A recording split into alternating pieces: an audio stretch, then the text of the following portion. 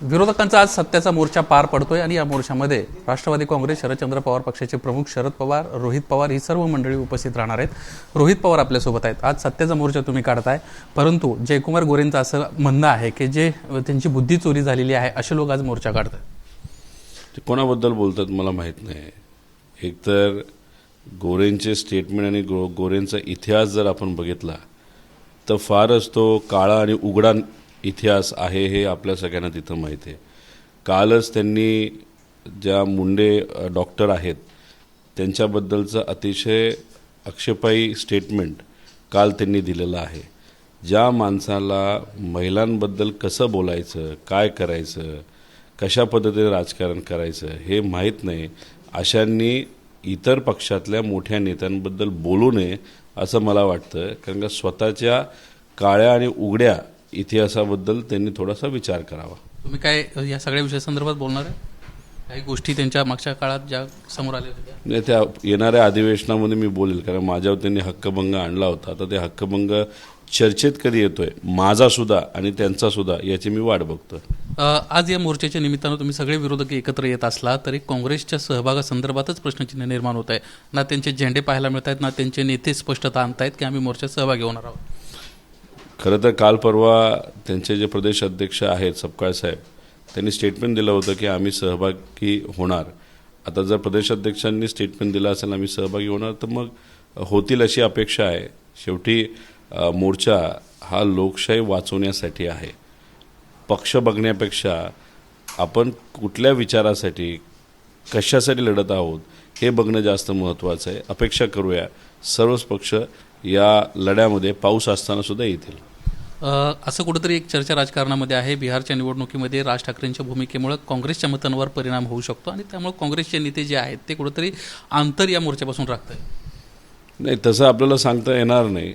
मी गेल्या वेळेसुद्धा सांगितलं होतं, जर उद्या जाऊन मनसेला आपल्याबरोबर घ्यायचं असेल तर आमचे जे सगळे प्रमुख नेते आहेत त्याच्यामध्ये आमच्या पक्षातले असतील, काँग्रेसचे असतील, उद्धव ठाकरे साहेबांच्या पक्षातले असतील आणि इतरही सर्व मित्र पक्षाचे जे सर्व नेते आहेत ते असाच आग्रह धरतील की आपण महाविकास आघाडीच्या काळामध्ये जसा कॉमन मिनिमम प्रोग्राम केला होता तसाच कॉमन मिनिमम प्रोग्राम करावा।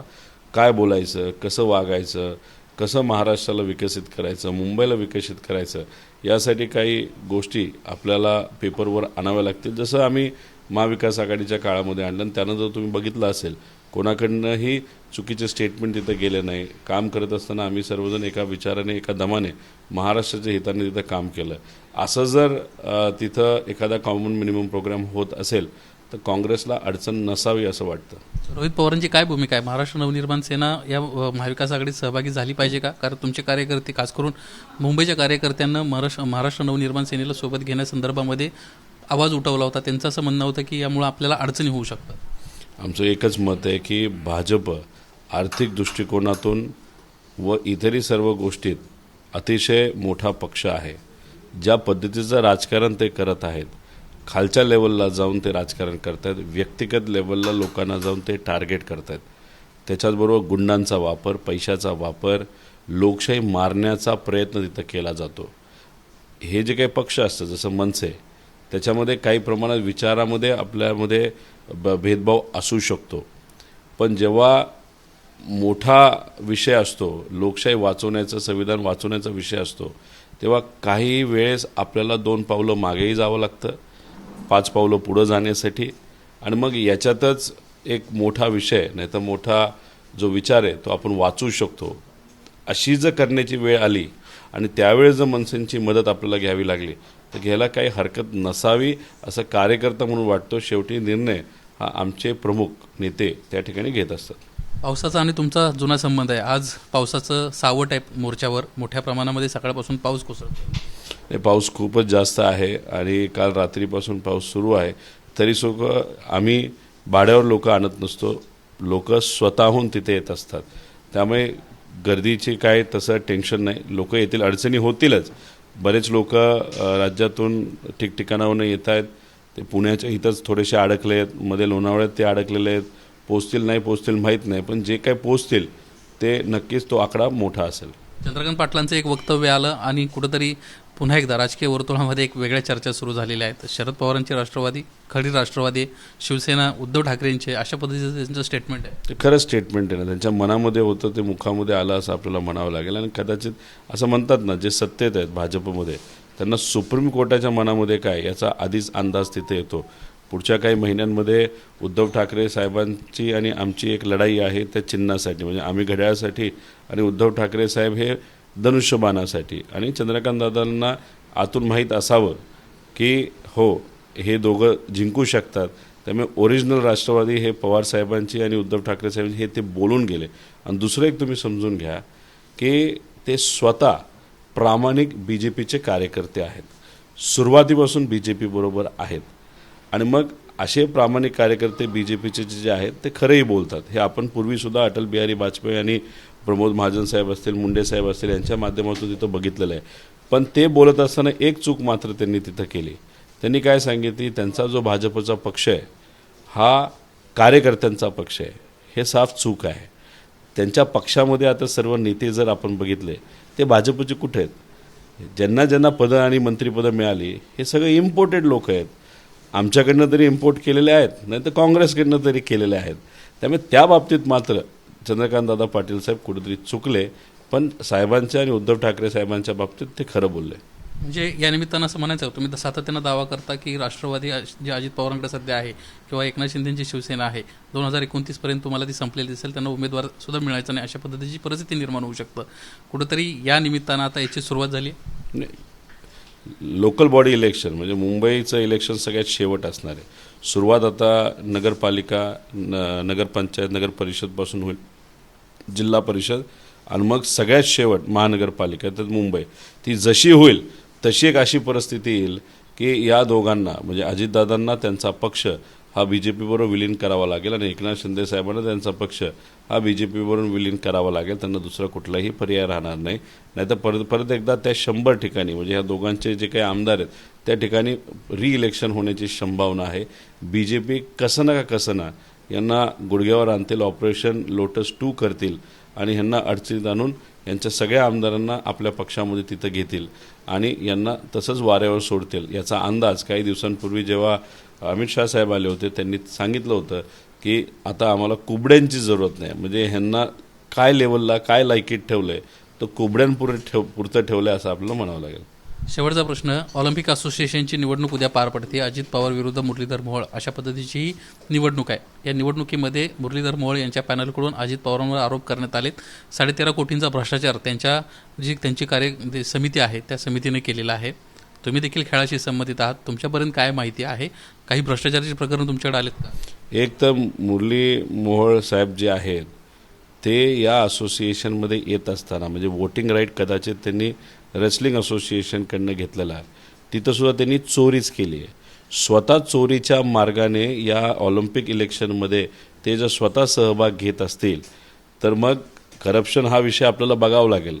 करप्शन झालं असेल तर ते चुकीचंच आहे. पण तुम्ही छुप्या मार्गाने, चोरीच्या मार्गाने येऊन जर इलेक्शनमध्ये तिथं सहभाग घेत असताल व तुम्हीसुद्धा चोरच आहे असं आपल्याला म्हणावं लागेल. त्यामुळे ते जे ऑलिम्पिक असोसिएशनचं इलेक्शन आता होणार आहे ते टोटली चुकीचं इलेक्शन आहे. संविधानाला धरून इलेक्शन नाही. अनेक गोंधळ त्याच्यामध्ये आहेत. कोण कुठली संघटना कशी घेतली, काय घेतली, कुठून आणली, कोणाला काढलं, कोणाला घेतलं, गोंधळ त्याच्यामध्ये आहे. त्यामुळे ते जे इलेक्शन होते ते संविधानिक पद्धतीने लोकशाहीला धरून होतंय असं नाही. याच्या संदर्भात काय पुरावे? तुम्ही गंभीर आरोप करताय. गंभीर काय, सरळ आरोप आहे. आम्ही कोर्टात त्या विषयासाठी तिथं गेलेलो आहोत. आम्ही ज्या संघटनेमध्ये आहोत, रेसलिंग फेडरेशन संघटना जी आमची आहे, कुस्ती परिषद, तर आम्ही कोर्टामध्ये गेलेलो आहोत. आम्हाला बाहेर काढलं, ह्यांना आत आणलं. आम्हाला बाहेर काढत असताना चुकीच्या पद्धतीने तिथं काढलं. त्याच्याचबरोबर आता तिथं संघर्ष हा पक्षाचा सुरू झालेला आहे. म्हणजे क्रिकेट, स्पोर्ट्स, कुठल्याही स्पोर्ट्समध्ये राजकारण येऊ नये. पण आता तिथं काय झालं, भाजप विरुद्ध अदर्स अशा पद्धतीचं इलेक्शन तिथं लढलं जातं आहे. आणि त्याच्यात असं कुठेतरी आता चर्चा आहे की पुणे शहरामध्ये जैन ट्रस्टच्या बाबतीतला जो विषय होता जे दंगेकर लढत होते त्यांना मागून पाठिंबा हा अजितदादांच्या पक्षाचा तिथं होता आणि ते कोणाला टार्गेट प्रत्यक्ष होतं तर मोहळांना टार्गेट तिथं होतं. त्यांचे पार्टनर होते गोखले. 3,000 कोटीचा तो प्रोजेक्ट होता आणि याच्यात आर्थिक दृष्टिकोनातून आणि मानसिक दृष्टिकोनातून दुखावल्यामुळे माघार मोहळांनी तिथं घेतली नाही. त्यामुळे तिथे इगोची लढाई आहे, राजकारणाची लढाई आहे, पण इलेक्शन जे होते ते टोटली संविधानाला धरून नाही. तुम्ही कोर्टात जाऊन बघा किती संघटना कोर्टामध्ये गेल्यात. माझ्या अंदाजाने 19 संघटना आता कोर्टामध्ये आहेत. कोर्टसुद्धा तिथं ऐकून घेतंय पण म्हणतंय की इलेक्शन एकदा होऊ द्या, सगळ्यांचे विषय आम्ही ऐकून घेऊ. पहिली तिथं कोर्टामध्ये जाणारी संघटना कुठली ती आमची संघटना आहे आणि टोटल 19 संघटना आहे विविध. त्यामुळे येणाऱ्या काळामध्ये जे कोणी जिंकेल ते काही टिकेल असं नाही, कारण का कोर्ट ते इलेक्शन हाणून पाडेल. उद्या मतदान पार पडते, उद्या काही निषेध नोंदवणार आहोत? नाही काय आता हे जे सर्व पक्ष आहेत भाजपपासून जे त्यांचे मित्र पक्ष आहेत हे संविधानाला धरून कुठलीच गोष्ट करत नाही. आता निषेध करून करून किती करायचा. शेतकऱ्यांच्या बाबतीत सुद्धा जे काय खोटं नाटं आश्वासन या सरकारने तिथं घेतलं त्याचा निषेध आम्ही करतो. युवांना न्याय देत नाही हे सरकार, निषेध करतो. लाडक्या बहिणीचा निषेध करतो. त्या बाबतीत कुठंच काय होत नाही. पण एक तुम्हाला सांगतो, आमचा न्यायव्यवस्थेवर विश्वास आहे. उद्या जसं इलेक्शन होईल आणि जसं कोर्टात हिअरिंग सुरू होईल, वेकेशन बेंच संपेल, त्यानंतर मात्र हे जे काय बॉडी आहे ती कितीतरी दिवसच टिकेल, त्यापेक्षा जास्त काही टिकू शकणार नाही. री-इलेक्शन त्याच्यामध्ये होणार आणि जेव्हा री-इलेक्शन होईल ते संविधानिक पद्धतीने होईल आणि त्याच्यामध्ये जे लोक संविधानाबरोबर आहेत तेच त्या ठिकाणी जिंकतील. बच्चू कडूंना माघार घेतली. 30 जूनला 2026ला कुठंतरी कर्जमाफी होणार अशा पद्धतीचं सध्या ते घोषणा करतायत. तुम्हाला वाटते का हे खरं होईल आणि खरंच तोपर्यंत अहवाल येईन समितीचा आणि समितीमध्ये कुठंतरी कर्जमाफीचा निर्णय होईल? कसं जेव्हा एखादी बँक बुडत असते नाहीतर बुडत असणाऱ्या बँक चेक देताना पोस्ट डेटेड चेक तिथं दिला जातो. आता बुडत्या बँकेचा पोस्ट डेटेड चेक घेऊन पुढच्या तारखेचा करून तरी आपण काय करणार. अशीच परिस्थिती दुर्दैवाने सरकारने जे काही आश्वासन दिलेलं आहे कर्जमाफीचं त्या बाबतीत आपल्याला बोलावं लागेल.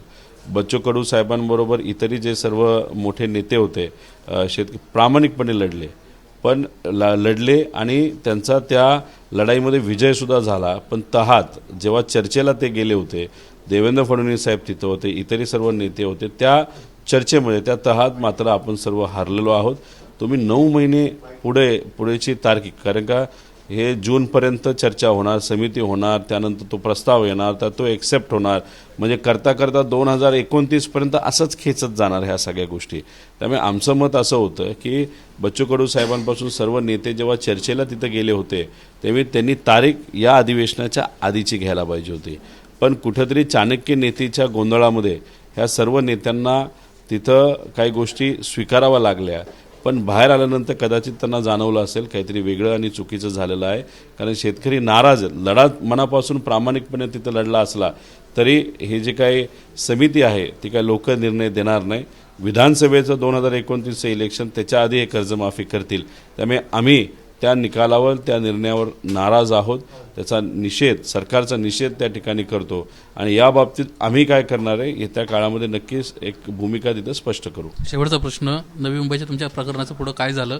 आत्तापर्यंत गुन्हा दाखल झालेला नाही, साधारणपणे 10 ते 12 दिवस आता उलटत आलेले आहेत. सीपींचं काय म्हणणं आहे, डीजींचं काय म्हणणं आहे, तुमच्यापर्यंत काय पोहोचलंय का, किंबहुना गृहमंत्री काय म्हणतात? नाही, हा विषय सर्व आता कोर्टात तिथं जाईल आणि जर पोलीस प्रशासन तिथं ॲक्ट करत नसेल तर पोलीस प्रशासनाला सुद्धा सुप्रीम कोर्ट उद्या जाऊन ॲक्शन त्यांच्यावर तिथं घेऊ शकते. आता एका बाजूला एक चिरकुट कार्यकर्ता भाजपचा पोलीस स्टेशनला जातो आणि माझ्या विरोधात खोटी तक्रार तिथं करतो, लगेच FIR तिथं माझ्या विरोधात केली जाते आणि त्याच्यामध्ये कलम जे टाकले जातात, काय लॉजिकच नसणारे कलम त्याच्यामध्ये टाकले जातात. म्हणजे जो विषय नाही आहे त्या विषयाचे कलम अभ्यास न करता तिथला आयोग, इन्व्हेस्टिगेशन ऑफिसर म्हणाले तर पोलीस, तो तिथं टाकतो. आणि दुसऱ्या बाजूला फॉरेस्ट विभाग, वन विभागाली, म्हणजे सरकारच्या विभागाली पोलीस विभागाला पत्र दिलं आहे की बिवलकर नावाचा हा जो पैसेवाला माणूस आहे त्याने आम्हाला फसवलं आहे, त्याच्यावर तुम्ही FIR करा.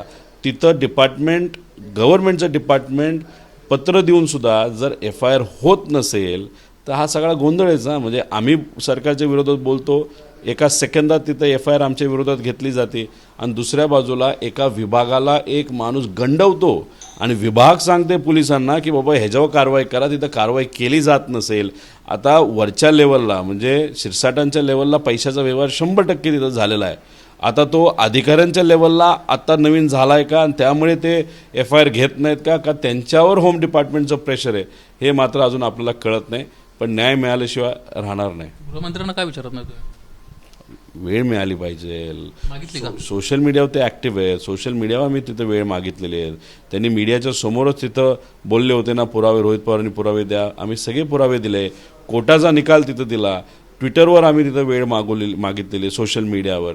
आता सोशल मीडियावर तुम्ही जर तुमचे खरंच तो एक धाडस तुमच्यामध्ये आहे ॲक्शन घेण्याचं, तर आम्हाला वेळ देऊन तुम्ही कारवाई करा, नाही तर आम्हाला वेळ न देता कारवाई करा. पण काय आहे, मुंबईचं इलेक्शन त्यांच्यासाठी महत्त्वाचं आहे. 5,000 कोटी कुणी गिळले असले गरिबाचे, नाहीतर नवी मुंबईच्या भूमिपुत्राचं नुकसान झालं असलं तरी काय फरक पडत नाही. एवढं मोठं ऑफिस आता मुंबईमध्ये बांधत आहेत, तर मुंबई महानगरपालिका मात्र आपल्या हातात आली पाहिजे अशा हेतूतून ते गप्प बसलेत. म्हणजे ह्याला म्हणतात सोयीची भूमिका. ह्याला राजकारण, चांगलं राजकारण म्हणत नाही. ही सोयीची भूमिका ही महाराष्ट्राच्या हिताची नाही असं आमचं मत आहे. आता धन्यवाद आमच्याशी बातचीत केल्याबद्दल. एकंदरीतच नवी मुंबई प्रकरणामध्ये कुठंतरी सोयीची भूमिका सरकार घेते आणि त्यामुळे अद्याप गव्हर्नमेंटच्या म्हणजे सरकारी विभागानं एका दुसऱ्या सरकारी विभागाला सांगून देखील अद्याप गुन्हा दाखल झालेला नाही आहे. कॅमेरामन मनोज जयस्वाल, निलेश गुदावले, ABP माझा, मुंबई. ABP माझा, उघडा डोळे बघा नीट.